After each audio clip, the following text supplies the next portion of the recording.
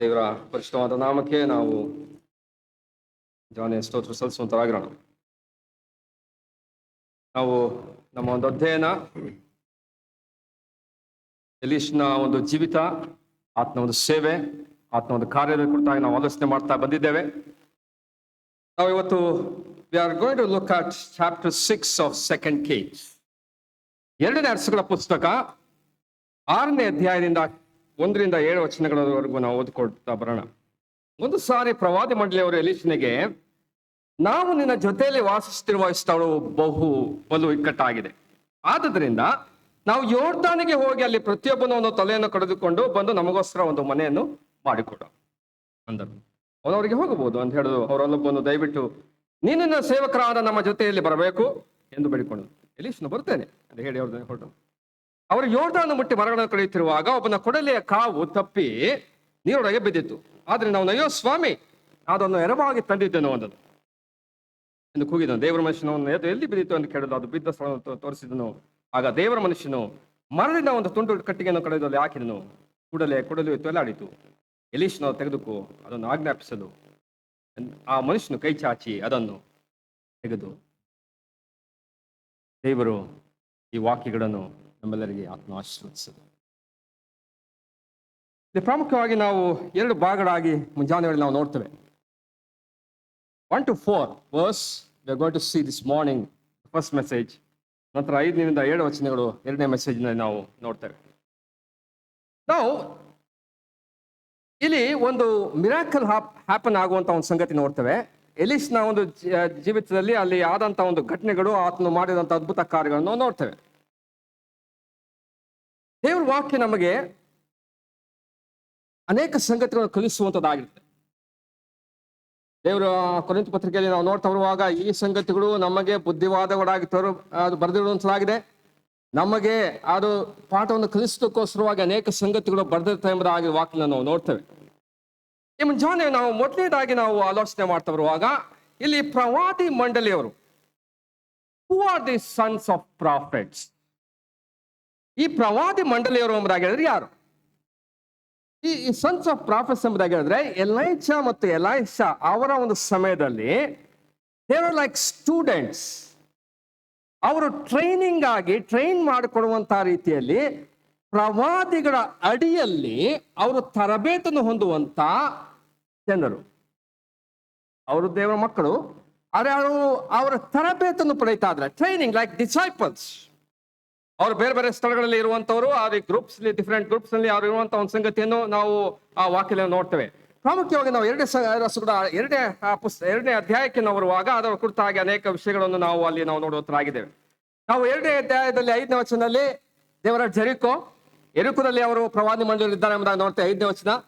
2ನೇ ಅಧ್ಯಾಯ 7ನೇ ವಚನದಲ್ಲಿ ದೇ ಸ್ಟೂಡ್ ಅಫಾರ್.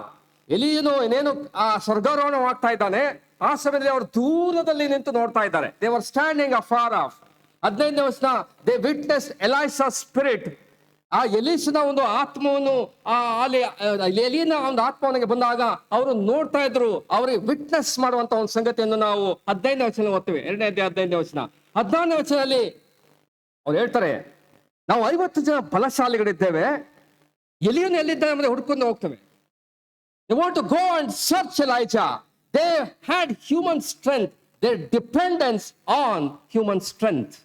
ಅವರು ಮನುಷ್ಯ ಬಲದ ಮೇಲೆ ಆತ ಕೊಡುವಂತಹ ಜನರಾಗಿ ಅಲ್ಲಿ ನೋಡುವಂತರಾಗಿದ್ದೇವೆ. 17ನೇ ವಚನ, ದ ಇಂಪಾರ್ಟೆಂಟ್ ರಿಕ್ವೆಸ್ಟ್. ಅವರು ಪದೇ ಪದೇ ಎಲೀಷನ ಪೀಡಿಸುವಂತರಾಗಿದ್ದಾರೆ. ನಾವು ಹೋಗ್ತೇವೆ ಎಲಿಯನ್ನು ಕಂಡುಕೊಳ್ತೇವೆ ಎಂಬುದಾಗಿ ಅವರು ಹೋಗ್ತಾ ಇದ್ದಾರೆ. Important request. 18ನೇ ವಚನದಲ್ಲಿ ದೇರ್ ಅನ್ಸಕ್ಸಸ್ಫುಲ್ ಸರ್ಚ್. ಅವ್ರು ಹುಡುಕಿ ಏನು ಆ ಎಲೆಯನ್ನು ಸಿಕ್ಕಲೆ. ಇಂಥ ಒಂದು ಸನ್ನಿವೇಶವನ್ನು ನಾವು ಅಲ್ಲಿ ನೋಡೋತರಾಗಿದ್ದೇವೆ. 4ನೇ ಅಧ್ಯಾಯಕ್ಕೆ ಬರುವಾಗ 38ನೇ ವಚನದಲ್ಲಿ ದೇ ಸ್ಯಾಟ್ ಬಿಫೋರ್ ಎಲೈಷಾ. ಎಲೀಷನ ಮುಂದೆ ಕೂತುಕೊಂಡಿದ್ದಾರೆ. ಅವನಿಂದ ಅನೇಕ ವಾಕ್ಯವನ್ನು ಕೇಳುವಂತ ಒಂದು ಸಂಗತಿ ಆಗಿರ್ಬೋದು, ಅನೇಕ ವಿಚಾರದಲ್ಲಿ ಅವರು ಕೂತು ಕೊಡುವಂತ ಒಂದು ಸಂಗತಿ. They were sitting before Elisha. They ate. ಅದೇ ಅಧ್ಯಾಯದಲ್ಲಿ ಮುಂದುವರುವಾಗ they had a common meal, shared a meal along with Elisha. What a wonderful privilege, ಅಲ್ಲ? ಎಲೀಷನ ಜೊತೆ ಆ ಒಂದು ಅನ್ಯೋನ್ಯತೆ, ಆ ಒಡನಾಟ, ಆ ಒಂದು ಸಂಸರ್ಗ, ಜೊತೆಯಲ್ಲಿ ತಿನ್ನುವಂಥದ್ದು, ಕೂತು ಕೊಡುವಂಥದ್ದು, ಕುಡಿಯುವಂಥದ್ದು, ಎಲ್ಲಾ ಸಂಗತಿಗಳು ಅಲ್ಲಿ ಎಲೀಷನ ಜೊತೆಯಲ್ಲಿ ಅವರಿದ್ದಾರೆ. What A privilege it is. ಈಗ 6ನೇ ಅಧ್ಯಾಯ 1ನೇ ವಚನಕ್ಕೆ ಬಂದ್ರೆ, they had a common place, they were together. ಈಗ ಮೊದಲನೇದಾಗಿ ಇಲ್ಲಿ ಆದಂತ ಒಂದು ಸಂಗತಿ, ದೇ ಹ್ಯಾಡ್ ಎ ಕಂಪ್ಲೇಂಟ್. ಏನ್ ಕಂಪ್ಲೇಂಟ್ ಅದು? What is their complaint? ದೂರೇನು? ಸ್ವಾಮಿ, ಈ ಸ್ಥಳ, ನಿನ್ನ ಜೊತೆಯಲ್ಲಿ ವಾಸಿಸುತ್ತಿರುವಂತ ಸ್ಥಳ ಬಹಳ ಇಕ್ಕಟ್ಟು ಸ್ವಾಮಿ. Very narrow, very congested. ಏನ್ ಮಾಡ್ಬೇಕು ಅದಕ್ಕೆ? ಈಗ we are not satisfied living along with you. ನಿನ್ನ ಜೊತೆಯಲ್ಲಿ ವಾಸಿಸುವುದಕ್ಕೆ ನಮಗೆ ಬಹಳ ಇಕ್ಕಟ್ಟು ಸ್ವಾಮಿ ಎಂಬುದಾಗಿ ಎಲೀಷನಿಗೆ ಅವರು ಹೇಳುವಂತಹ ಒಂದು ಸಂಗತಿಯನ್ನು ನೋಡುವಂತಾಗಿದೆ. The privilege that they had with Elisha to stay with him. Elisha is a picture of Lord Jesus Christ. ಯೇಸು ಕ್ರಿಸ್ತನ ಇರುವಂತ ಮನೆಯಲ್ಲಿ ಸಂತೋಷ, ಸಮಾಧಾನ, ಅಲ್ಲಿ ಆಶೀರ್ವಾದ ಎಲ್ಲವೂ ಸಹ ಅದಿರ್ತದೆ. ಇಷ್ಟೇ ಜೀವಿತ ಕಷ್ಟ ಇದೆ ನಿಜ. ಲೋಕದಲ್ಲಿ ನಿಮಗೆ ಸಂಕಟ ಉಂಟು, ಧೈರ್ಯವಾಗಿರಿ, ನಾನು ಲೋಕವನ್ನು ಜಯಿಸಿದ್ದೇನೆ. ಕ್ರಿಸ್ತಿಯ ಮಾರ್ಗ ಅದು ಇಕ್ಕಟ್ಟಿನ ಮಾರ್ಗ. ಇಕ್ಕಟ್ಟಾದ ಬಾಗಿಲಿಂದ ಒಳಗೆ ಹೋಗಿರಿ. ಅದರಲ್ಲಿ ಮಾರ್ಗ ಬಿಕ್ಕಟ್ಟು, ಅದರಲ್ಲಿ ಹೋಗೋರು ಸ್ವಲ್ಪ ಜನ. ಇಕ್ಕಟ್ಟಾದಂತ ಸ್ಥಳ, ಅನೇಕ ರೀತಿಯ ಶೋಧನೆಗಳು ಬರ್ತದೆ, ಅನೇಕ ರೀತಿಯ ತೊಂದರೆಗಳು ಬರ್ತದೆ, ಸಂಕಟ ಬರ್ತದೆ. Everything is there. But one thing, the good thing is Christ is in our midst. ಆದ್ರೆ ಇವ್ರೇನ್ ಹೇಳ್ತಾ ಇದಾರೆ? ಸ್ವಾಮಿ, ನಮ್ಗೆ ಇಕ್ಕಟ್ಟು ಇಲ್ಲಿ ಇರೋದಕ್ಕೆ ಆಗ್ತಾ ಇಲ್ಲ. You cannot stay here. ನಿನ್ನ ಜೊತೆಯಲ್ಲಿ ವಾಸಿಸುತ್ತಿರುವಂತಹ ಒಂದು ಸ್ಥಳ, they were dissatisfied by being with Elisha. What a sad thing, Allah. Is it not a sad thing? The privilege that they had, now they're saying it's narrow, it's congested, we cannot live. ಇಸ್ರಾಯೇಲರ ಜೀವಿತದಲ್ಲೂ ಸಹ ಅದೇ ಉಂಟಾಯಿತು.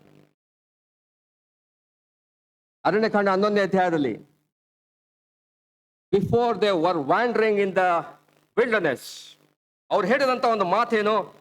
We are dissatisfied with the manna you have given.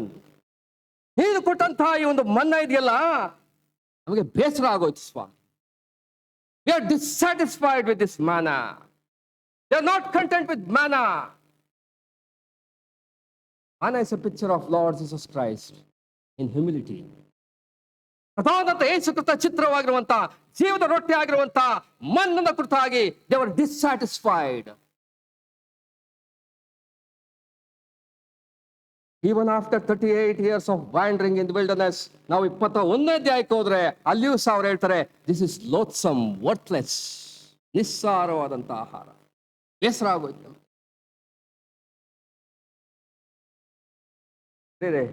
ಮುಂಚೆ ಹೇಳಿ, are we satisfied with Lord Jesus Christ?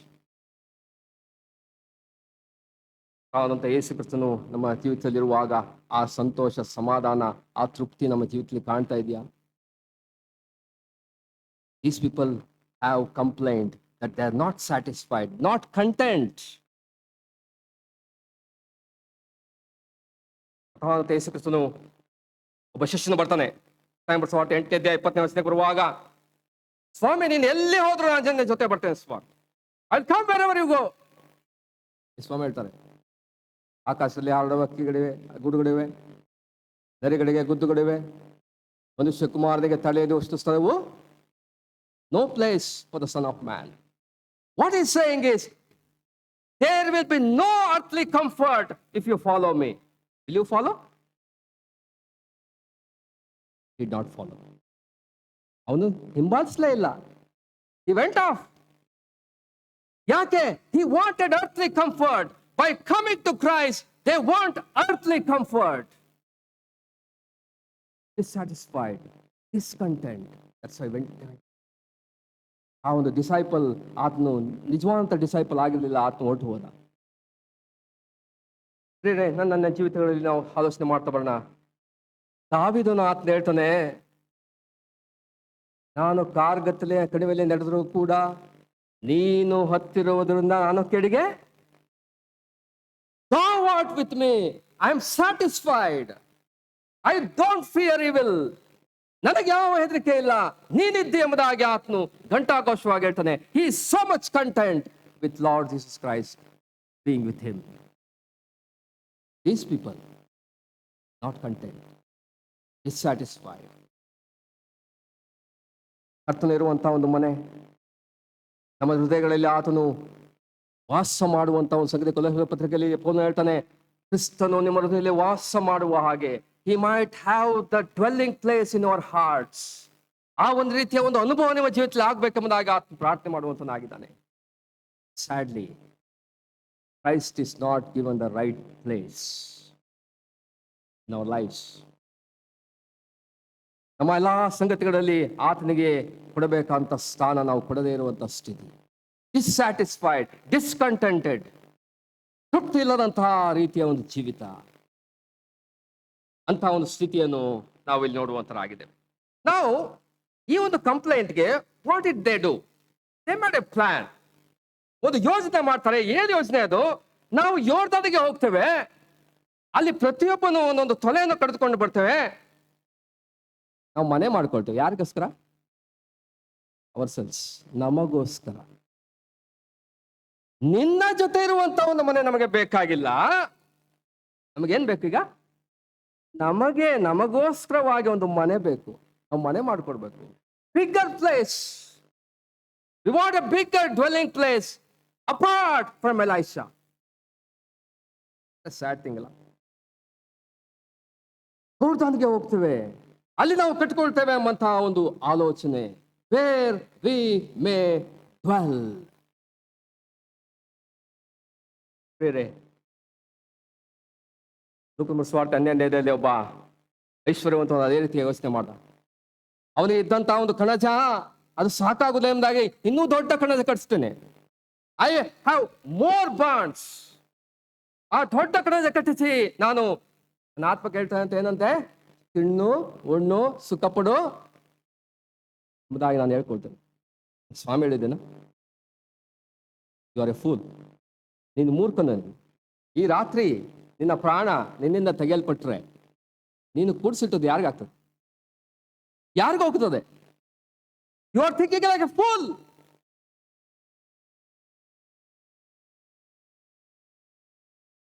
ಬರ ಪ್ರವಾದಿ ಗ್ರಂಥದಲ್ಲಿ 1ನೇ ಅಧ್ಯಾಯಕ್ಕೆ ಬರುವಾಗ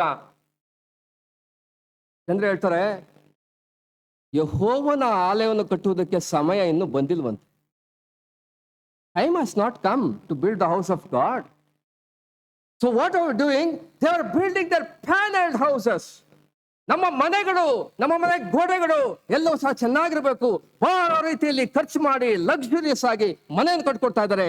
but the house of god is lying in waste. ಅಂತ ಸ್ಥಿತಿ ಅಲ್ಲ? Occupied with themselves.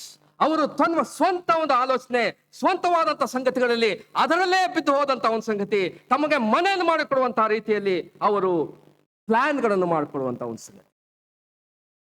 ಅದೇ in contrast, if you go to 2 Kings chapter 4 verse 10, 4ನೇ 10ನೇ ವಚನ, ದಿಸ್ ಎ ಲೇಡಿ ಶೂನಮೈಟ್.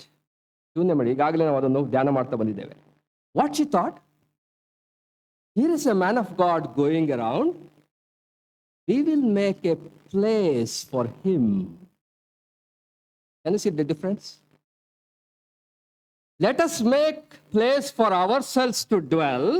ಈ ಜನರು ಹೇಳ್ತಾ ಇದ್ದಾರೆ, Shunammite is saying, let us make place for him so that he may dwell with us. ಎಲೀಷನ ನಮ್ಮ ಜೊತೆ ಇರೋದಕ್ಕೋಸ್ಕರವಾಗಿ ಒಂದು ಮನೆಯನ್ನು ಕಟ್ಟಿಕೊಡೋಣ, ರೂಮನ್ನು ಕಟ್ಟಿಕೊಡೋಣ. ಅಲ್ಲಿ ಮಂಚ, ಕುರ್ಚಿ, ಹಣ ಸಂಗತಿಗಳನ್ನು ನಾವು ಈಗಾಗಲೇ ಆಲೋಚನೆ ಮಾಡ್ತಾ ಬಂದಿದ್ದೇವೆ. ಅದನ್ನು ಮಾಡೋಣ ಎಂಬುದಾಗಿ ಅವರು ಆಲೋಚನೆ ಮಾಡುವಂತ ಒಂದು ಸಂಗತಿ ನೋಡುವಂತಾಗಿದೆ. Why? When Christ is there with us, there is a blessing. ಆ ಒಂದು ಶೂನ್ಯಮಳ ಜೀವಿತದಲ್ಲಿ ಏನೋ ಒಂದು ಆಶೀರ್ವಾದ ಉಂಟಾಯ್ತು. ಏನು ಆಶೀರ್ವಾದ ಅದು? ಅನೇಕ ವರ್ಷಗಳಿಂದ ಮಕ್ಕಳೆಲ್ಲ ಇರಲಿಲ್ಲ ಅವರಿಗೆ. God gave our a son. ಮಗುವನ್ನು, ಒಂದು ಗಂಡು ಮಗುವನ್ನು ಆತ ಕೊಟ್ಟನು. Even after that there was a trial came. ಆ ಹುಡುಗನ ಸತ್ತು ಹೋದ. Still Elisha raise that boy. What a blessing ಅಲ್ಲ. Because she gave the rightful place to Elisha, God's blessings followed her. ದೇವರ ಆಶೀರ್ವಾದಕ್ಕೆ ಪಾತ್ರ ಆಗುವಂತ ಒಂದು ಸಂಗತಿಯನ್ನು ನಾವು ನೋಡುವಂತರಾಗಿದೆ. ನನ್ನ ಜೀವಿತಗಳಲ್ಲಿ are we planning ourselves apart from Christ? ನಮ್ಮ ಯೋಚನೆ, ನಾವು ಮನೆ ಮಾಡಬೇಕು, ಮದುವೆ ಆಗಬೇಕು, ನಮ್ಮ ಕೆರಿಯರ್ ಚೆನ್ನಾಗಿರಬೇಕು, ನಾವು ದೊಡ್ಡ ಒಂದು ಸಂಪಾದನೆ ಮಾಡಬೇಕು, may be legitimate plans. But are you planning apart from Christ? ದೇವರ ಹೊರತಾಗಿ, ಕ್ರಿಸ್ತನ ಹೊರತಾಗಿ, ಕ್ರಿಸ್ತನ ಚಿತ್ತವನ್ನು ತಿಳಿದುಕೊಳ್ಳದೆ ನಮ್ಮದೇ ಆದಂಥ ರೀತಿಯಲ್ಲಿ are we planning ourselves? ನಮ್ಮ ಯೋಜನೆಗನುಸಾರವಾಗಿ ನಮಗೆ ನಮ್ಮ ಇಷ್ಟ ಬಂದ ಹಾಗೆ ರೀತಿಯಲ್ಲಿ ನಾವು ಅದನ್ನು ಯೋಚನೆ ಮಾಡಿ ನಾವು ತೀರ್ಮಾನಗಳನ್ನು ಕೈಗೊಳ್ತಾ ಇದ್ದೇವೆ ವಿತೌಟ್ ಗಾಡ್. ಇವತ್ತು ಅನೇಕ ಯೌವನಸ್ಥರು, they want to make big money, they go to different places to earn, but they never inquire if there is an assembly to worship. This is planning apart from Christ. ಅವ್ರಿಗೆ ಬೇಕಾಗಿಲ್ಲ ಆರಾಧನೆ ಎಂಬುದಾಗಿ, ಬೇಕಾಗಿಲ್ಲ ದೇವರ ಮಕ್ಕಳ ಅನ್ಯೋನ್ಯತೆ ಬೇಕಾಗಿಲ್ಲ. They want to make money, career. Is our plans apart from Christ? ನಮ್ಮ ಒಂದು ಆಲೋಚನೆ, ನಮ್ಮ ಒಂದು ಯೋಜನೆಗಳು ಕ್ರಿಸ್ತನ ಹೊರತಾಗಿ ನಾವು ಮಾಡುವಂತಹ ಒಂದು ಯೋಜನೆಗಳು ಆಗಿವೆಯಾ? These people, they were thinking of doing something by themselves, big a larger place apart from Elisha. Let this sink into our hearts this morning. A small place with Christ in a prominent place is far better than a larger place, mansion without Christ. ದೊಡ್ಡ ಒಂದು ಅರಮನೆ, luxurious place without Christ. ಯೇಸು ಕ್ರಿಸ್ತನಿಗೆ ಸ್ಥಾನವನ್ನು ಕೊಡದೇ ಇರುವಂತ ಎಂಥ ಒಂದು ದೊಡ್ಡ ಅರಮನೆಗಿಂತ ಚಿಕ್ಕ ಒಂದು ಮನೆಯಲ್ಲಿ ಯೇಸು ಕ್ರಿಸ್ತನು ಯಾವುದೇ ರೀತಿಯಲ್ಲಿ ಪ್ರಾಮುಖ್ಯನಾಗಿದನೋ ಅದು ಬಹಳ ಶ್ರೇಷ್ಠವಾದಂತಹ ಸಂಗತಿ. Even though it might be a small place, it is far better to have Christ the rightful place. Even in assembly, even though church, a small gathering with Christ at the center is far greater than the greatest church, luxurious church without Christ, like Laodicea. ಲವೋದಿಕೀಯ ಸಭೆಯಲ್ಲಿ ಏನಾಯ್ತು? ಯೇಸು ಕ್ರಿಸ್ತ ಎಲ್ಲಿದ್ದಾನೆ? Outside. It's not inside. ಇದೋ ಬಾಗಿಲು ನಿಂತುಕೊಂಡು ತಟ್ಟುತ್ತಾ ಇದ್ದೇನೆ, ಯಾವನಾದ್ರೂ ನನ್ನ ಸ್ವರವನ್ನು ಕೇಳಿ ತರದ್ರೆ ನಾನು ಒಳಗೆ ಬರ್ತಾನೆ. Christ is outside, but church is luxurious.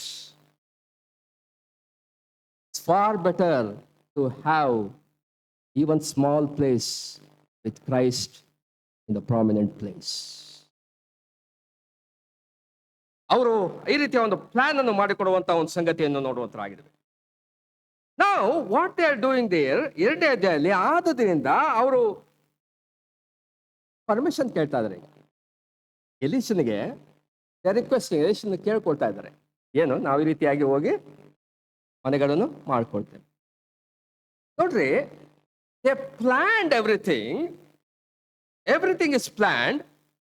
At the end they are asking Elisha that he will give grant. Is this not we do in our life many times? ನಮ್ಮ ಸ್ವಂತ ಇಚ್ಛೆ, ನಮ್ಮ ಸ್ವಂತ ಪ್ಲಾನ್ಗಳು, ನಮ್ಮ ಒಂದು ಆಲೋಚನೆ, ವಧುವರನ್ನು ಹುಡುಕುವಂಥ ವಿಚಾರದಲ್ಲೂ ಸಹ ನಮಗೆ ಇಷ್ಟ ಬಂದಂಥ ರೀತಿಯಲ್ಲಿ ನಮ್ಮದೇ ಆದಂಥ ರೀತಿಯ ಆಲೋಚನೆಗಳು. ಆಮೇಲೆ ಕೊನೆಯಲ್ಲಿ ಬಂದು ಸ್ವಾಮಿಗೆ, ಸ್ವಾಮಿ ಇದನ್ನು ಆಶೀರ್ವದಿಸು ಸ್ವಾಮಿ, ಪ್ಲೀಸ್ ಅಪ್ರೂವ್ ಇಟ್ ಲಾರ್ಡ್. ನಮ್ಮ ಇಷ್ಟ ಅಂತ ಎಲ್ಲವನ್ನು ಮಾಡಿಕೊಂಡು ಯೋಜನೆಗಳನ್ನು ಹಾಕಿಕೊಂಡು ಚಾಯ್ಸಸ್ಗಳು ಮಾಡಿಕೊಂಡು ಕೊನೆಯಲ್ಲಿ ಬಂದು lord please grant this. What they are doing here? ಎಲ್ಲವನ್ನು ಮೊದಲೇ ಪ್ಲಾನ್ ಮಾಡಿಕೊಂಡು ಎಲ್ಲ ಚಾಯ್ಸ್ ಮಾಡಿಕೊಂಡು ಈಗ ಎಲೆಕ್ಷನ್ ಹತ್ರ ಬರ್ತಾ ಇದ್ರೆ please allow us to go. When you come to will of God, there's something called as perfect will of God, and there is permissible will of God. ಪರಿಪೂರ್ಣವಾದಂಥ ದೇವರ ಚಿತ್ತ, ಅನುಮತಿಸಲ್ಪಟ್ಟಂತ ದೇವರ ಚಿತ್ತ, ಎರಡು ರೀತಿಯಾಗಿದೆ. ಪರಿಪೂರ್ಣವಾದ ಚಿತ್ತನೆ ತಿಳ್ಕೊಳ್ಬೇಕಾದ್ರೆ we have to go along with Romans chapter 12 verse 1 and 2. ರೋಮಪುರ ಪತ್ರಿಕೆ 12ನೇ ಅಧ್ಯಾಯ 1-2ನೇ ವಚನ ರೀತಿಯಲ್ಲಿ ನಾವು ನಿಜವಾಗ್ಲೂ ಜೀವಿಸಿದ್ರೆ ಮಾತ್ರ we can find out the perfect will of God. ಏನದು ಹೇಳ್ತದೆ? ನಿಮ್ಮ ದೇಹಗಳನ್ನು ಮೀಸಲಾಗಿ ಮೆಚ್ಚುಗೆಯಾಗಿ ಸಜೀವ ಯಜ್ಞವಾಗಿ ಅರ್ಪಿಸಿರಿ. Present your bodies first. Do not confirm to this world. ಈ ಲೋಕದ ಅನುಸಾರವಾಗಿ ನಡೆಯಬೇಡ್ರಿ. ಮೂರನೇದಾಗಿ ಟ್ರಾನ್ಸ್ಫಾರ್ಮ್ ಯುವರ್ ಲೈಫ್ಸ್. ನಿಮ್ಮ ಜೀವಿತವನ್ನು ನೂತನಪಡಿಸಿಕೊಳ್ಳ್ರಿ. ನೂತನಪಡಿಸಿಕೊಂಡು ನೀವು ಜೀವಿಸ್ರಿ ಎಂಬುದಾಗಿ ಟ್ರಾನ್ಸ್ಫಾರ್ಮೇಶನ್ ಕುರಿತಾಗಿ ತಿಳಿಸ್ತಾನೆ. ಆಗ ಏನಾಗುತ್ತಂತೆ? ದೇವರ ಚಿತ್ತಕ್ಕನುಸಾರವಾದದ್ದು ಯಾವುದೆಂಬುದಾಗಿ, ಪರಿಪೂರ್ಣವಾದ ಯಾವುದೆಂಬುದಾಗಿ ವಿವೇಚಿಸಿ ತಿಳಿದುಕೊಳ್ತೀವಿ. You will find the will of God, the perfect will of God. ಯಾವಾಗ? when we go through Romans chapter 12 verse 1 and 2. Otherwise, we cannot find the perfect will of God. Unless we yield to God, cannot find the perfect will of God. ಆದರೆ ಅದೇ ಪರ್ಮಿಸಿವ್ will ಎಂಬುದಾಗಿ ಹೇಳಿದ್ರೆ, we plan ourselves, we choose ourselves without God, without looking at the word of God. ದೇವರ ವಾಕ್ಯಕ್ಕೆ ಹೊರತುಪಡಿಸಿ ನಮ್ಮ ಇಷ್ಟಂತ ರೀತಿಯಲ್ಲಿ ನಾವು ಆಯ್ಕೆಗಳನ್ನು ಮಾಡಿಕೊಳ್ತೇವೆ. And then we ask God to bless that work. That is permissible will of God. ಸ್ವಾರ್ಥ 12ರಲ್ಲಿ ಪೇತ್ರನು ಆ ಒಂದು ಮೌಂಟ್ ಆಫ್ ಟ್ರಾನ್ಸ್ಫಿಗರೇಷನ್ ದೇವರು ಯೇಸು ಸ್ವಾಮಿಯಲ್ಲಿ ಆ ಪರಿಶುದ್ಧವಾದಂತಹ ಸಂಗತಿ ದೈವತ್ವ ಅಲ್ಲಿ ಕಾಣಬರ್ತದೆ. He saw the glory of God. ಆ ಗ್ಲೋರಿ ಆಫ್ ಗಾಡ್ ಅನ್ನು ಆತನಿಸುವಾಗ ಆತನ ಮೋಶೆ ಮತ್ತು ಎಲಿಯರನ್ನ ಅಲ್ಲಿ ನೋಡ್ತಾನೆ. ಆತ ಹೇಳುವಂತ ಒಂದು ಮಾತು ಏನಂತ ಹೇಳಿದ್ರೆ, ಲೆಟ್ ಅಸ್ ಮೇಕ್ 3 ಟ್ಯಾಬರ್ನಾಕಲ್ಸ್. ಏನ್ ಮಾಡ್ಬೇಕಂತೆ? 3 ಪರ್ಣಶಾಲೆಗಳನ್ನು ನಾವು ಕಟ್ಟೋಣ. ಯಾಕೆ? ನಿನಗೊಂದು, ಎಲಿಯನ್ಗೊಂದು, ಮೋಶೆಗೊಂದು. Suddenly voice came from heaven. ಏನ್ ಬಂತು? ಈತನು ಪ್ರಿಯನಾಗಿರುವ ನನ್ನ. ಈತನ ಮಾತನ್ನು, Peter, don't make your own plans. There's a perfect will of God. What is that will of God? ಯೇಸು ಕ್ರಿಸ್ತನು ಆತನು ಕಲ್ವಾರಿ ಕ್ರೂಜಿಗೆ ಆತ ಹೋಗ್ಬೇಕು. He cannot stay in the mount there. ಅಲ್ಲಿ ಪರ್ವತದ ಮೇಲೆ ಪರ್ಣಶಾಲೆ ಕಟ್ಟಿಕೊಂಡು ಜೀವಿಸೋದಕ್ಕಾಗುವುದಿಲ್ಲ. He has to go to Calvary. That is the perfect will of God. Don't say something. ಆತನು ಮಾತ್ರ ಕೇಳ್ರಿ. ಅದೊಂದಿಲ್ಲ, don't compare my son with any others. ಎಲಿಯನ ಜೊತೆ ಆತನ ಹೋಲಿಸಬೇಡ, ಮೋಶೆ ಜೊತೆ ಆತನ ಹೋಲಿಸಬೇಡ. He is the unique son of God. ಆತನ ಮಾತನ್ನು ಮಾತ್ರ ಕೇಳಿ. ದೇವರು, ತಂದೆಯಾದ ದೇವರು ಆ ಒಂದು ಸಂಗತಿಗಳನ್ನು ಅಲ್ಲಿ ಪೇತ್ರನಿಗೆ ತಿಳಿಸಿದಂತಹ ಒಂದು ಸಂಗತಿಯನ್ನು ನಾವು ನೋಡುತ್ತಾರೆ. ಇಸ್ರಾಯೇಲರ ಜೀವಿತದಲ್ಲಿ ನಾವು ನೋಡುವಾಗ, after they despising the manna in chapter 11 of Numbers, Aranya Kanda 11ನೇ ಅಧ್ಯಾಯದಲ್ಲಿ ಅವರು ಮನ್ನಾ ಬೇಸರವಾಯಿತು ಸ್ವಾಮಿ ಎಂಬುದಾಗಿ ಅವರು ಹೇಳಿದ ಮೇಲೆ ಅವರು ಹೇಳಿದ್ದೇನು? ನಾವು ಐಗುಪ್ತ ದೇಶದಲ್ಲಿ ಇದ್ದಿದ್ರೆ ಚೆನ್ನಾಗಿತ್ತು, ಅಲ್ಲಿ ಈರುಳ್ಳಿ, ಬೆಳ್ಳುಳ್ಳಿ, ಮಾಂಸ ಎಲ್ಲ ತಿಂತಾ ಇದ್ವಿ ನಾವು ಚೆನ್ನಾಗಿ. It was very very nice. They were desiring, craving for Egyptian food. ಅವರು ಐಗುಪ್ತದ ಒಂದು ಮಾಂಸವನ್ನು ಆಶಿಸುವಂತ ಒಂದು ಸಂಗತಿಯನ್ನು ನಾವು ನೋಡುವಂತರಾಗಿದ್ದೇವೆ. ಆ ವರ್ಸ್ 2 ಇಲ್ಲಿ ಬರುವಾಗ 6ನೇ ಅಧ್ಯಾಯ 2ನೇ ವಚನ ಬರುವಾಗ, Elisha says, all right, go. ನಿಮ್ಮ ಇಷ್ಟ ಅಂತ ಪ್ಲಾನ್ ಮಾಡ್ಕೊಂಡಿದ್ರಿ. You are planned yourselves, you are chosen yourselves. Now you are asking me to permit. No problem, go ahead. ನೀವು ಹೋಗ್ರಿ ಎಂಬುದಾಗಿ ಆತನು as you wish you go.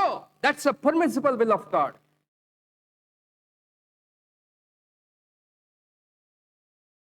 When Israelites ask that we want Egyptian food, they desire Egyptian food. 11ನೇ ಅಧ್ಯಾಯದಲ್ಲಿ ಬರುವಾಗ ನಾವು ನೋಡುವಂತರಾಗಿದ್ದೇವೆ. ಅಲ್ಲಿ 18ನೇ ವಚನ, 31ನೇ ವಚನ, 33ನೇ ವಚನದಲ್ಲಿ God gave them that flesh. ದೇವರು ಹೇಳ್ತಾರೆ ಮೋಶೆಗೆ, ಒಂದಿನ ಅಲ್ಲ, 2 ದಿನ ಅಲ್ಲ, complete 30 days I will give meet. ಇವರು ಮಾಂಸ ಆಶಿಸ್ತಾ ಇದ್ರಲ್ಲ, 30 ದಿನ ನಾನು ಕೊಡ್ತೇನೆ.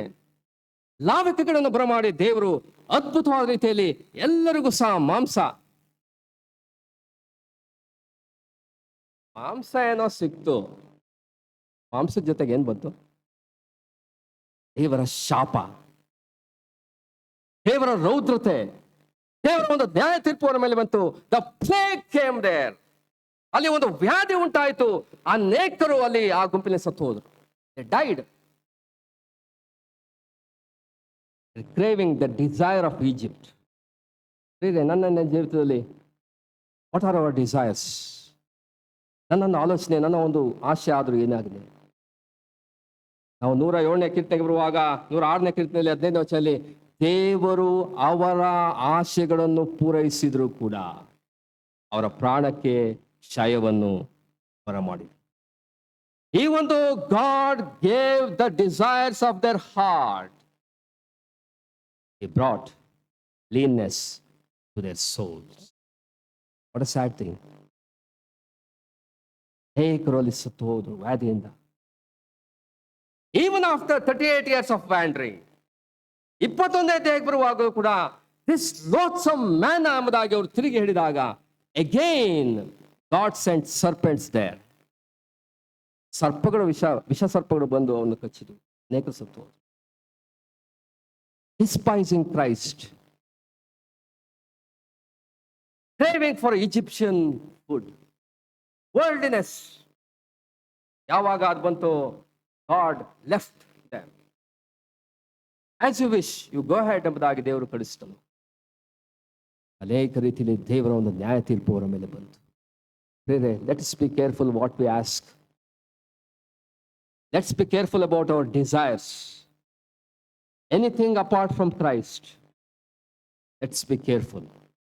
God may approve it, but you have to face consequences all your life.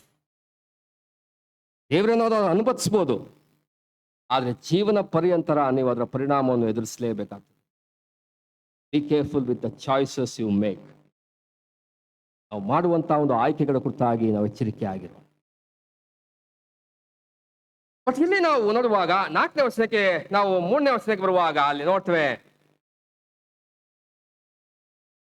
There is a wise person they.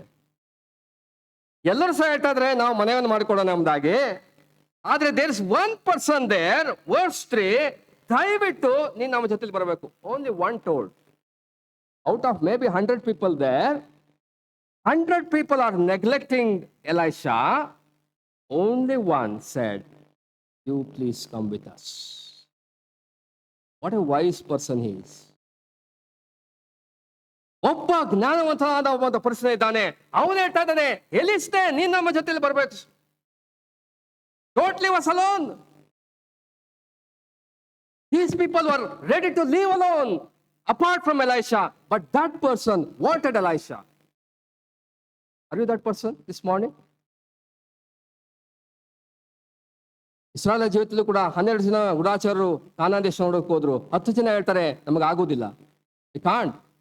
Only 2, Caleb and Joshua, said we can. Are you among them? ಆ ರೀತಿಯ ಒಂದು ಜೀವಿತ ನಮ್ಮ ಜೀವಿತದಲ್ಲಿ ಇದೆಯಾ?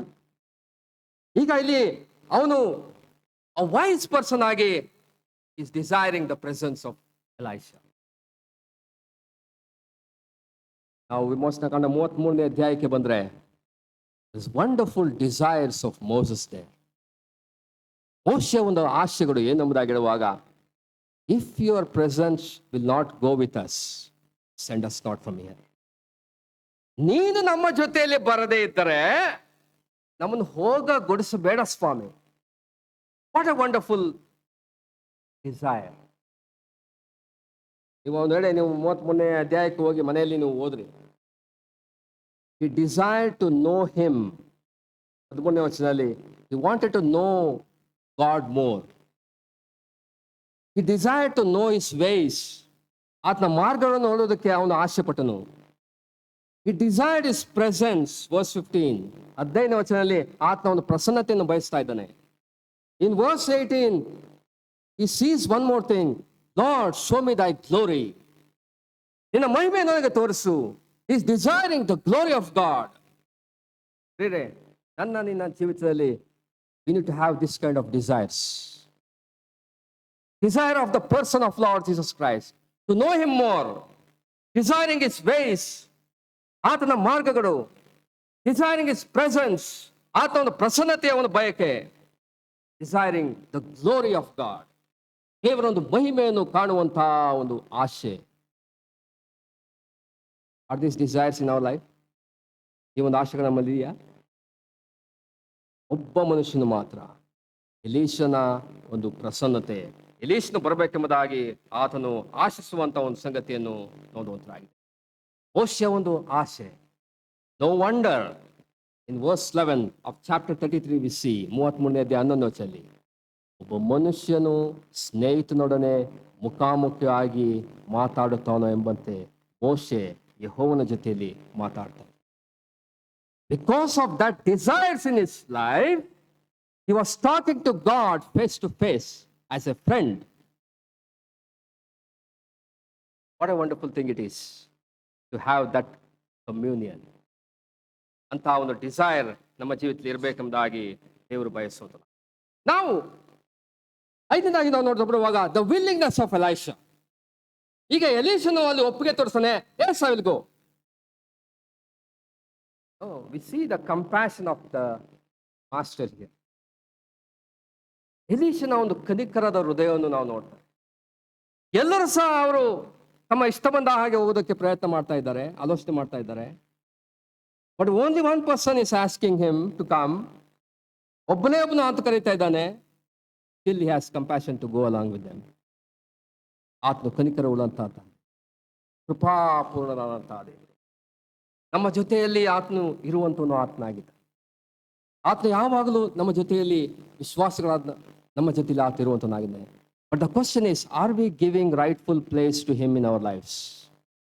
ಆತನಿಗೆ ಸರಿಯಾದ ಸ್ಥಾನವನ್ನು ನಾವು ಕೊಡ್ತಾ ಇದ್ದೇವೆ ನಮ್ಮ ಜೀವಿತದಲ್ಲಿ. ಆತನಿಗೆ ಒಂದು ಆತನಿಗೆ ಆದ್ಯತೆಯನ್ನು ಕೊಡ್ತಾ ಇದ್ದೇವೆ ನಮ್ಮ ಜೀವಿತಗಳಲ್ಲಿ. ಯಾವಾಗ ಆತನು ಕರೆದನು ಅಲ್ಲಿ ಆತನ ಒಪ್ಪಿಗೆಯನ್ನು ಚೂರಿಸಿ ಬರುವಂತನಾಗಿದ್ದಾನೆ. When we ask anything according to his will, he hears and answers our prayers. ನೀವು ನನ್ನ ಚಿತ್ತಾನುಸಾರವಾಗಿ ಏನಾದರೂ ಬೇಡಿಕೊಂಡರೆ ನಾನು ಕೇಳ್ತೇನೆ, ಅದನ್ನು ಆನ್ಸರ್ ಮಾಡ್ತೇನೆ, ಉತ್ತರ ಕೊಡ್ತೇನೆ. ಎಲೀಷನು ಆ ಒಂದು ರಿಕ್ವೆಸ್ಟ್ಗೆ ಆತನು ಒಪ್ಪಿಗೆಯನ್ನು ಸೂಚಿಸುವಂತಹ ಒಂದು ಸಂಗತಿಯನ್ನು ನಾವು ನೋಡುವಂತರಾಗಿದೆ. 6ನೇದಾಗಿ ಅಲ್ಲಿ ಬರುವಾಗ ನಾವು ವರ್ಸ್ 4, ಅವರು ಯೋರ್ದನನ್ನು ಮುಟ್ಟಿ ಮರಗಳನ್ನು ಕಡಿಯುತ್ತಾ ಇದ್ರು. ವರ್ಕಿಂಗ್ ಆಟ್ ಜೋರ್ಡನ್. ನೋಡ್ರಿ, ಯೋರ್ದನ್ ಎಂಬುದಾಗಿ ಹೇಳಿದ್ರೆ ಇಟ್ ಮೀನ್ಸ್ ಡೆತ್, ಡಿಸೆಂಡರ್, ಮರಣ ಎಂಬಂತ ಒಂದು ಸಂಗತಿ ನಮಗೆ ತಿಳಿಸ್ತದೆ. ನಾವು ಎವ್ರಿವನ್ ಇಸ್ ಇನ್ವಾಲ್ವ್ಡ್ ಹಿಯರ್. ಎಲ್ಲರೂ ಸಹ ಅಲ್ಲಿ ವರ್ಕ್ ಮಾಡುವಂತ ಒಂದು ಸಂಗತಿಯನ್ನು ನಾವು ನೋಡ್ತೇವೆ. 2ನೇ ವಚನದಲ್ಲಿ ನಾವು ಆ ಒಂದು ಸಂಗತಿಯನ್ನು ನಾವು ನೋಡ್ತೇವೆ. ಎಲ್ಲರೂ ಸಹ ನಾವು ಕೆಲಸ ಮಾಡ್ತೇವೆ ಎಂಬ. ಆದರೆ the problem is, they came to Jordan. They want to make a dwelling place in Jordan, but they never crossed Jordan. ಯೋರ್ದನ್ ಹತ್ರ ಬಂದಿದ್ದಾರೆ ನಿಜ, ಆದ್ರೆ ಯೋರ್ದನಿಂದ ಆಚೆ ಹೊರಪಟ್ಟೆ. ನೋಡ್ರಿ, ಅರಣ್ಯಕಾಂಡ 32ನೇ ಅಧ್ಯಾಯಕ್ಕೆ ಬನ್ರಿ. ಅರಣ್ಯಕಾಂಡ 32ನೇ ಅಧ್ಯಾಯ, ಚಾಪ್ಟರ್ 32. 32ನೇ ಅಧ್ಯಾಯ 1ನೇ ವಚನದಿಂದ ಬರುವಾಗ ಅಲ್ಲಿ ರೂಬೇನ್ ಕುಲ ಇದೆ, ರೂಬೇನ್ ಗಾದ್ ಕುಲ ಇದೆ. 1ನೇ ವಚನ, ಅವ್ರಿಗೆ ಬಹಳ ದನ ಕುರಿಗಳಿದ್ದವಂತೆ, ಮೆಟೀರಿಯಲಿ ಪ್ರಾಸ್ಪರಸ್. ಅವ್ರೇನ್ ಮಾಡ್ತಾರೆ ಎಂಬುದಾಗಿದ್ರೆ ಅವರು ಎಗ್ವೇರ್ ಗಿಲ್ಯಾದ್ ಎಂಬ ಪ್ರದೇಶವನ್ನು ನೋಡ್ತಾರೆ.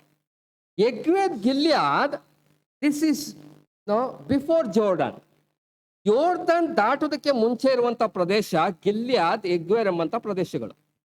ಅದು ಏನಂತೆ, ಅದು ದನ ಕುರಿಗಳಿಗೆ ಮೇವಿಗೆ ತಕ್ಕ ಸ್ಥಳ ಅಂತೆ. Very nice place to make business. ನಮಗೆ ಬಿಸ್ನೆಸ್ಗೆ ಬಹಳ ಚೆನ್ನಾಗಿದೆ ಈ ದೇಶ. ದೇವ್ರು ಹೇಳಿದೇನು, ನಾನು ನಿಮಗೆ ಹಾಲು ಜೇನು ಹರಿಯುವಂತ ದೇಶವನ್ನು ನಾನು ಕೊಡ್ತೇನೆ, ನೀವು ಯೋರ್ದನ್ನ ದಾಟಿ ಹೋಗ್ಬೇಕು. God said that.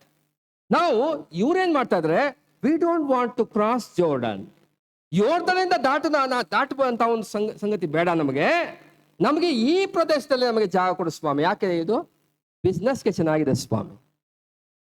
ಅದು ಕೇಳ್ಕೊಡ್ತಾರೆ ನೋಡ್ರಿ. ಅಲ್ಲಿ ನೈತಿಕತೆ ಬರುವಾಗ, ಆದ ಕಾರಣ ನೀವು ನಮ್ಮ ದಾಸರಾದ ಮೇಲೆ ದಯವಿಟ್ಟು ನಮ್ಮನ್ನು ಯೋರ್ದನ್ ಹೊಡೆಯ ಆಚೆಗೆ ಬರಮಾಡದೆ ಈ ಪ್ರದೇಶವನ್ನೇ ಸ್ವಾಸ್ಥ್ಯವಾಗಿ ಕೊಡ್ಬೇಕು. ವಾಟ್ ಅ ಸ್ಯಾಡ್ ಥಿಂಗ್ ಅಲ್ಲ.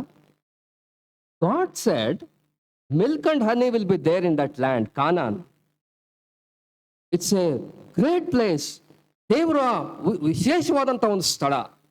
ಅದನ್ನ ಬಿಟ್ಟು ಅವ್ರೇನ್ ಮಾಡ್ತಾ ಇದ್ರೆ, ಅವರ ಬಿಸ್ನೆಸ್ಗೆ ಅನುಕೂಲವಾದಂಥ ಸ್ಥಳವನ್ನು ಆಯ್ಕೆ ಮಾಡ್ಕೊಳ್ತಾರೆ.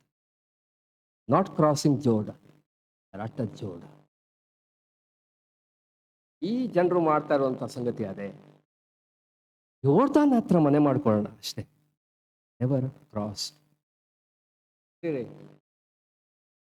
Think of Jordan. ನಮ್ಮ ಒಂದು ಕ್ರಿಸ್ತಿಯ ಜೀವಿತದಲ್ಲಿ Romans chapter 6 tells about crossing Jordan. ಯೋರ್ದನನ್ನು ನಾವು ದಾಟಬೇಕೆಂಬುದಾಗಿ ಹೇಳಿದ್ರೆ, ಅದು ನಮಗೆ ತಿಳಿಸುವಂತ ಒಂದು ಸಂಗತಿ ನಮ್ಮದಾಗಿ ಹೇಳಿದ್ರೆ, ಕ್ರಿಸ್ತನೊಡನೆ ಸತ್ತು ಹೂಣಲ್ಪಟ್ಟು ನಾವು ಎದ್ದು ಬಂದಿದ್ದೇವೆಂಬುದಾಗಿ ಅನುಭವಪೂರ್ವಕವಾಗಿ ಜೀವಿಸುವಂತ ಜೀವಿತ. That is crossing Jordan. ನಾವು 6ನೇ ಅಧ್ಯಾಯ ರೋಮಪುರ ಪತ್ರಿಕೆ 6ನೇ ಅಧ್ಯಾಯ 11 ನೋಡ್ತೇವೆ. ಚಾಪ್ಟರ್ 6 ವರ್ಸ್ 11 ಏನ್ ನೋಡ್ತೇವೆ ನಾವು? ಅಲ್ಲಿ ಹೇಳುವಂತ ಒಂದು ಮಾತು, ನೀವು ಪಾಪದ ಪಾಲಿಗೆ ಸತ್ತವರು. We have to consider ourselves dead to sin and live to God. ಪಾಪದ ಪಾಲಿಗೆ ಸತ್ತು ದೇವರಿಗಾಗಿ ಜೀವಿಸುವಂತ ಒಂದು ಜೀವಿತ, ದಟ್ ಈಸ್ ಕ್ರಾಸಿಂಗ್ ಜೋರ್ಡನ್. ಇವತ್ತು ಅನೇಕ ವಿಶ್ವಾಸಿಗಳ ಜೀವಿತದಲ್ಲಿ we are still in the wilderness many times. ಯೋರ್ದನಿಂದ ಆಚೆ ಇನ್ನೂ ಹೋಗಲಿಲ್ಲ. ಯಾಕೆ? ನಾನಾದರೂ ಅವರಿಗೆ ಜೀವ ಇರಬೇಕಂತಲೂ ಆ ಜೀವ ಸಮೃದ್ಧಿಕರವಾಗಿರ್ಬೇಕಂತಲೂ ನಾನು ಬಂದೆನು. ಜೀವ ಇದೆ. We have eternal life, we have salvation, we have crossed Red Sea. Many times in our practical life sanctification, ಶುದ್ಧೀಕರಣಕ್ಕೆ ಬಂದಾಗ ಪೌಲನ ಒಂದು ಅನುಭವಪೂರ್ವಕ ಜೀವಿತದಲ್ಲಿ ನಾವು ಜೀವಿಸುವಂತರಾಗಿ, ಕ್ರಿಸ್ತನೊಂದಿಗೆ ಶಿಲುಬೆಗೆ ಹಾಕಿಸಿಕೊಂಡವನಾಗಿ, I am crucified with Christ. ಇನ್ನು ಜೀವಿಸುವನು ನಾನಲ್ಲ. Not I that live, I live. I has to be in death. ನಾನು ಮತ್ತದು ಸ್ವಾರ್ಥ ಅನ್ನೋದು ಸಾಯಬೇಕು. ನಾನಲ್ಲ, ಆದರೆ ಕ್ರಿಸ್ತನ್. The life I am living is the faith in the Son of God. ನಾನು ಈಗ ಜೀವಿಸ್ತಾ ಇರುವುದು ಹೇಗಂತೆ? ಕ್ರಿಸ್ತನ ಮೇಲನ ನಂಬಿಕೆ. That should be our experiential life. That leads to sanctified life. ಆ ಒಂದು ಶುದ್ಧೀಕರಣದ ಜೀವಿತ, mortifying the deeds of flesh. ಆ ಒಂದು ಶರೀರ ಭಾವದ ಸಂಗತಿಗಳನ್ನು ಸಾಯಿಸಿ ನಾವು ಜೀವಿಸುವಂತ ಒಂದು ಜೀವಿತ, ದೇವರಾತ್ಮನ ಸಹಾಯದಿಂದ ನಾವು ಜೀವಿಸುವಂತ ಜೀವಿತ. That is crossing Jordan. ಹೇಳಲಿ ಇಬ್ರಿಯ ಗ್ರಂಥಕರ್ತನ ಮಾತು ತಿಳಿಸಿದೆ 6ನೇ ಅಧ್ಯಾಯ 1ನೇ ವಚನದಲ್ಲಿ, let us go on to perfection. Let's not stay where we are. ನಾವು ಇದ್ದಂಥ ಸ್ಥಿತಿಯಲ್ಲಿ ಇರುವಂಥದ್ದು ಬೇಡ. Let us go on to perfection. ನಾವು ಪೂರ್ಣವಾದಂತಹ ತಿಳುವಳಿಕೆಗೆ ನಾವು ಸಾಗುತ್ತಾ ಹೋಗೋಣ ಎಂಬುದಾಗಿ ಆತನು ಇಬ್ರಿಯ ಪತ್ರಿಕೆ 6ನೇ ಅಧ್ಯಾಯ 1ನೇ ವಚನ ನಾವು ನೋಡ್ತೇವೆ. ನನ್ನ ಜೀವಿತಗಳಲ್ಲಿ let's ask ourselves where we stand, where we are. What are we doing with our plan? ನಮ್ಮ ಯೋಚನೆಗಳು ನಾವು ಯಾವ ರೀತಿ ಮಾಡ್ತಾ ಇದ್ದೇವೆ? ಇಟ್ ಅಪಾರ್ಟ್ ಫ್ರಮ್ ಕ್ರೈಸ್ಟ್, ನಮ್ಮ ಸ್ವಂತ ಇಚ್ಛೆ, ಸ್ವಂತ ಆಲೋಚನೆಯಲ್ಲಿ ನಾವು ಮುಂದೆ ಹೋಗ್ತಾ ಇದ್ದೇವಾ? What is our desire? ನಮ್ಮ ಒಂದು ಆಕಾಂಕ್ಷೆ ಆದ್ರೂ ಏನು? ದೇವರ ಒಂದು ಸಮಕ್ಷಮ, ದೇವರ ಒಂದು ಪ್ರಸನ್ನತೆ, ದೇವರ ಒಂದು ಮಹಿಮೆ, ದೇವರ ಒಂದು ವ್ಯಕ್ತಿತ್ವವನ್ನು ತಿಳ್ಕೊಡುವಂತಹ ಒಂದು ಬಯಕೆ ನಮ್ಮ ಜೀವಿತದಲ್ಲಿ ಹೆಚ್ಚಾಗಿ ಕಾಣ್ತಾ ಇದೆಯಾ? ಪೌಲನ ಒಂದು ಆಶಯದೇ ಆಗಿತ್ತು, I may know him and the power of his resurrection. ನಾನು ಆತನನ್ನು ತಿಳ್ಕೊಡ್ಬೇಕು, ಆತನನ್ನು ನಾವು ಅರಿಯಬೇಕು, ಅದೇ ಶ್ರೇಷ್ಠವಾದದ್ದು ಎಂಬುದಾಗಿ ಹೇಳಿ ಈ ಲೋಕದ ಎಲ್ಲಾ ಸಂಗತಿಗಳು ಕಸವನ್ನು I can't everything as dung for the knowledge of lord Jesus Christ. ಅಂತ ಒಂದು ಜೀವಿತ ನಮ್ಮ ಜೀವಿತ ಆಗ್ತದಾ? ಆ ರೀತಿಯ ಒಂದು ಆಶೆ ನಮ್ಮ ಜೀವಿತದಲ್ಲಿ ಇರುವಂಥದ್ದಾಗಿದೆಯಾ? ಈ ಮನುಷ್ಯರು wanted to do things themselves apart from Elisha. Thank God there was one wise person wanted the presence of Elisha. One wise person can make a difference in the family. One wise person can make a difference in the assembly. God help us to be that person. ಅಂತ ಒಬ್ಬ ವ್ಯಕ್ತಿ ನಾವು ಆಗುವುದಕ್ಕೆ ದೇವರು ನಮಗೆ ಸಹಾಯ ಮಾಡಿ. ದೇವರು ತಾನೇ ಈ ಕೆಲವು ಆಲೋಚನೆ ಆಶೀರ್ವದಿಸಲಿ. ಮುಂದಿನ ವಚನಗಳನ್ನು ನಾವು ಮುಂದಿನ ಸೆಷನ್ನಲ್ಲಿ ನಾವು ಆಲೋಚನೆ ಮಾಡುವಂತರಾಗಿದ್ದೇವೆ. ಆ ಕುಟುಂಬ ಅಂತ್ಯಕ್ಕೋಸ್ಕರವಾಗಿ ಜಾನ್ಸನ್ ಸಹೋದರು ಪ್ರಾರ್ಥನೆ ನಡೆಸಬೇಕಾಗಿ ಕೇಳಿಕೊಳ್ಳಿ.